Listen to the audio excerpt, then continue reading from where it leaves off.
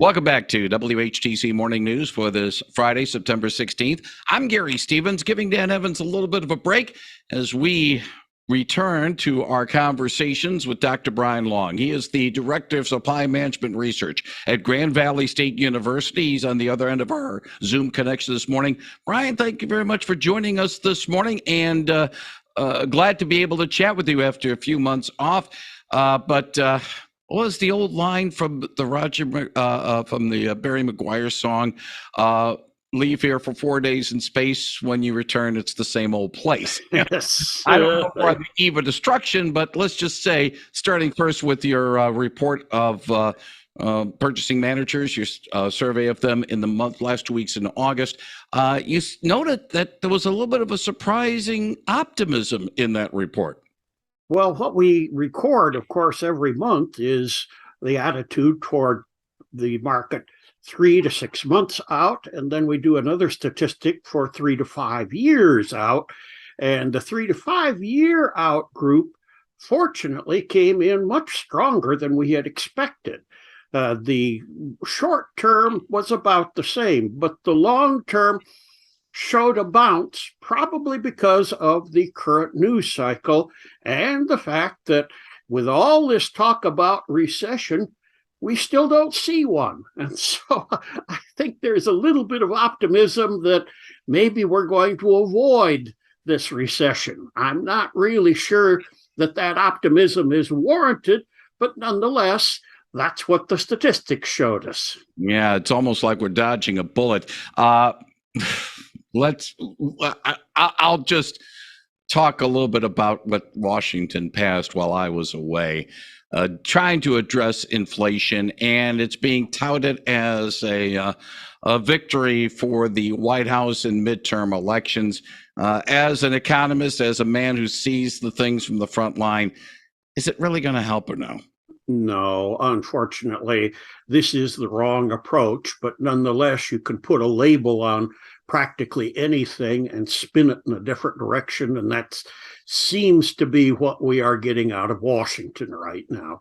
I would like to see some sounder solutions to the problem, particularly in the terms of, as economists talk about it, supply and demand. They've talked a lot about demand, but they haven't talked a lot about increasing supply of just about everything that's in short supply right now. Obviously, an increase in supply would reduce the prices of just about everything.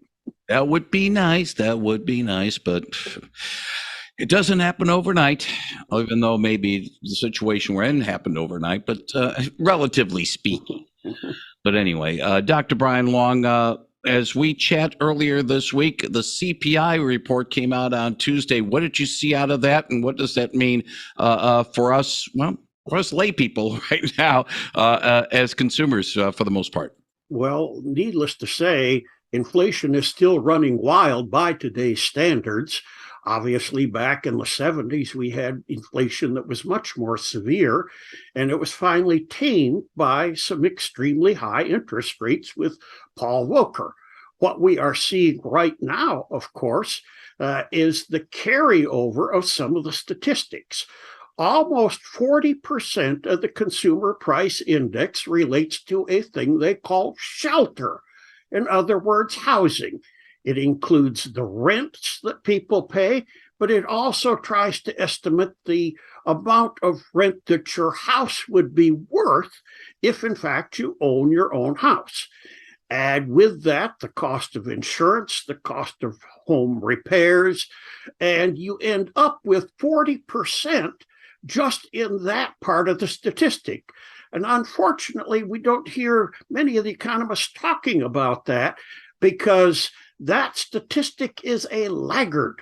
Unfortunately, the rents, the way they are generally 1 year to 2 years, and the rent doesn't go up until the new year comes around. Now, some landlords with good renters are not going to just jump in there and up their rent by 20%, but others are. And that has not washed through the entire system yet. And that's what we're starting to see right now. So even though the price of gasoline came down, if you look at the total of the consumer price index, the cost of gasoline isn't that much as far as the consumer price index is concerned.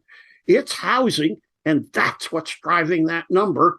And I don't see it coming down soon, again, probably because of the supply consideration. We don't have enough housing out there, and everyone's complaining about that.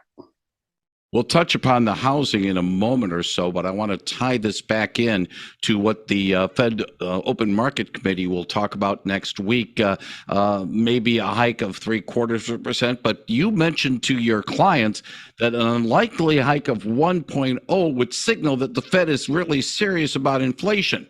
You have a funny feeling they're going to be serious, or maybe not? I have the uneasy feeling, no, they don't want to be quite that controversial because the Fed has become more political in more recent years.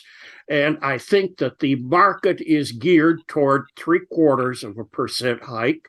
And that's probably what they are going to do. What they should do is go to 1% and fully indicate that they are serious about this fight against inflation. But I think they're going to go the conservative route.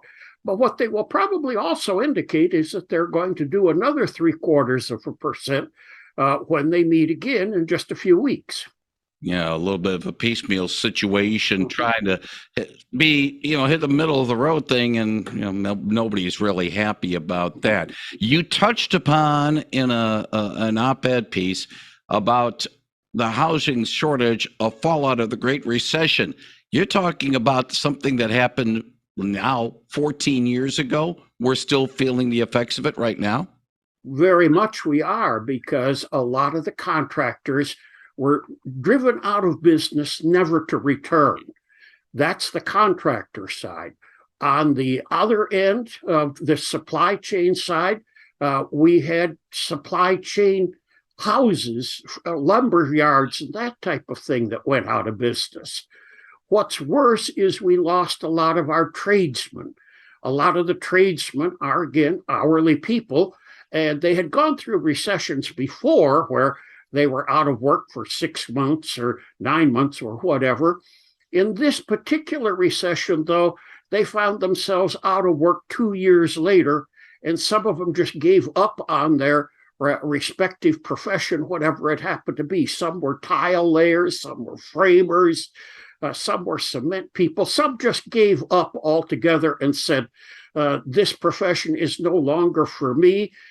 Needless to say, we started to get a shortage in the industrial market for workers at all levels, and some of them gravitated into the industrial market where they would have literally an 8 to 5 job, but they wouldn't have the gig layoffs like they experienced in the winter for most of the building contractors.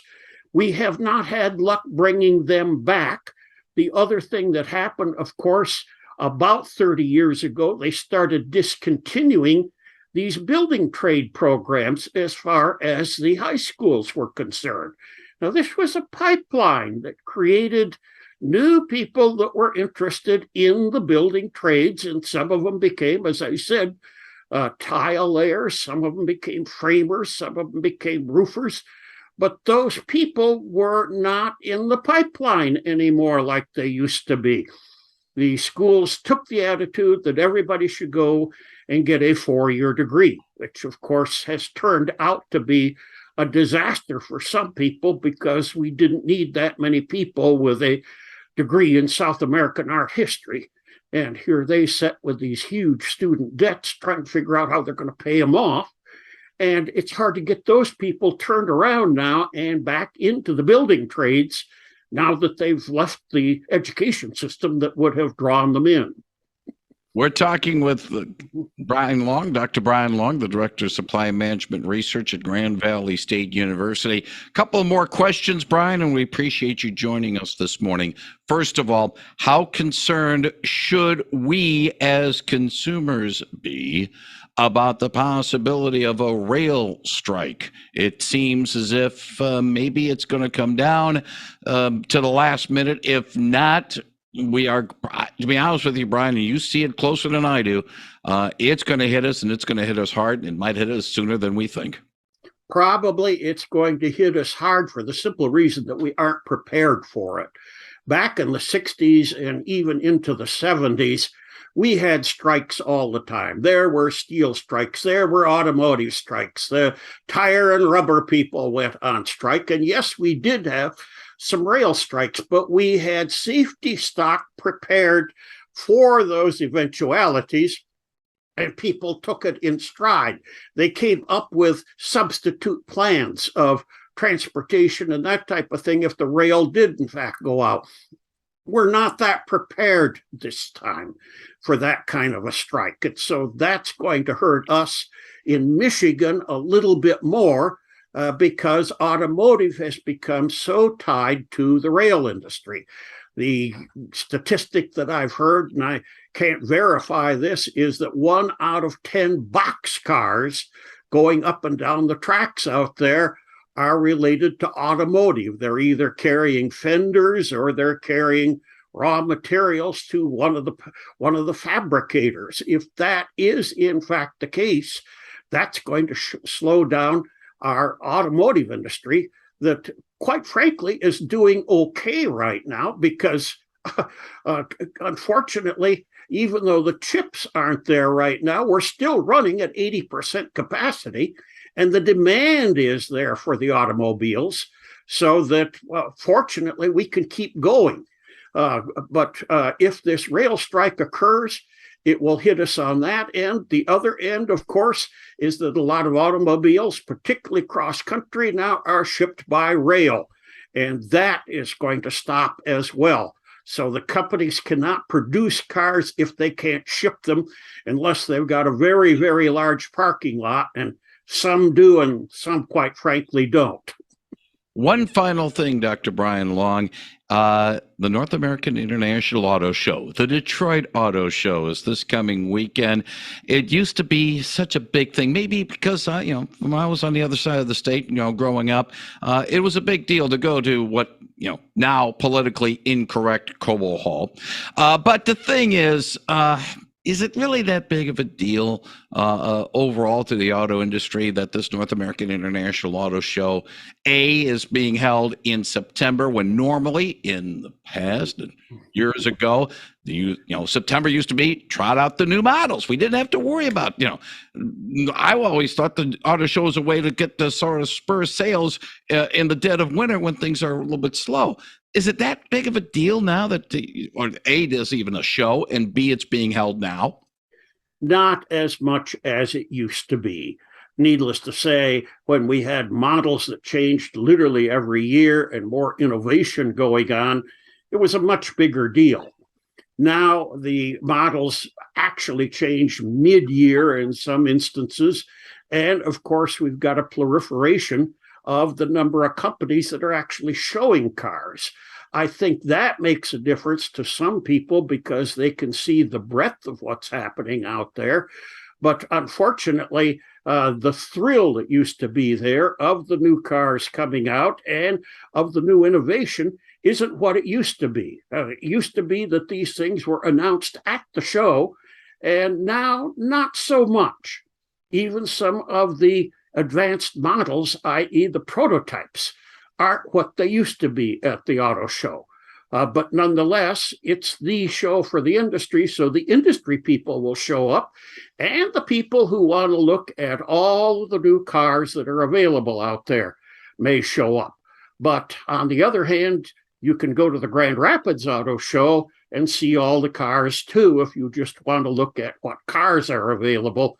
And in my opinion, the Grand Rapids Auto Show is a pretty darn good show too.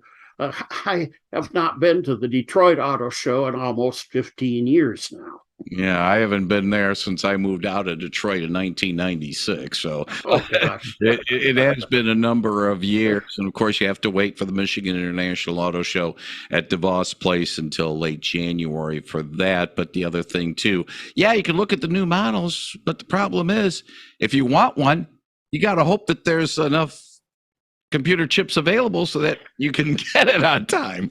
Right now, some models are literally a year out. They literally are taking bookings for 12 months from now for some models. I'm not sure which models they mean in that particular category. There's a handful that they do have supply on hand, but that's the not the majority case right now, unfortunately. One final parting shot. I mentioned this on Talk of the Town earlier this week, dealing, of course, with the passing of Queen Elizabeth II.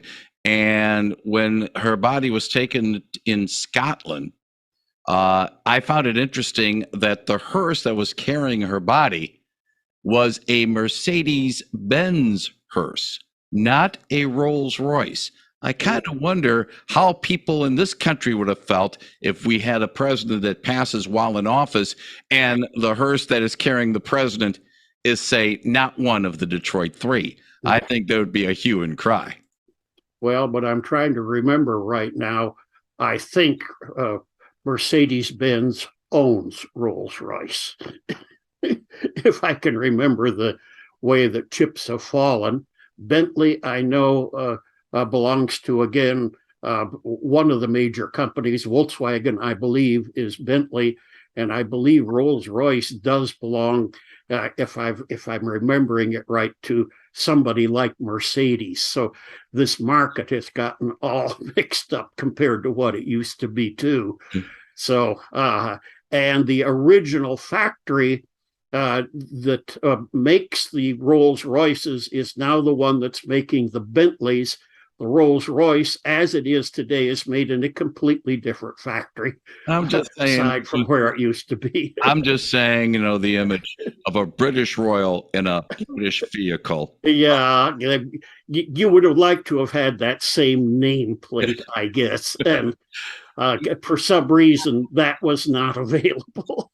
Yeah, well, maybe that's the case. I'm not certain. Dr. Brian Long, he is the Director of Supply Management Research at Grand Valley State University. As always, we thank you for your time, for joining us today on WHTC. Wish you and your family well. And now that I'm back in circulation, let's do this again next month, shall we? I will look forward to that.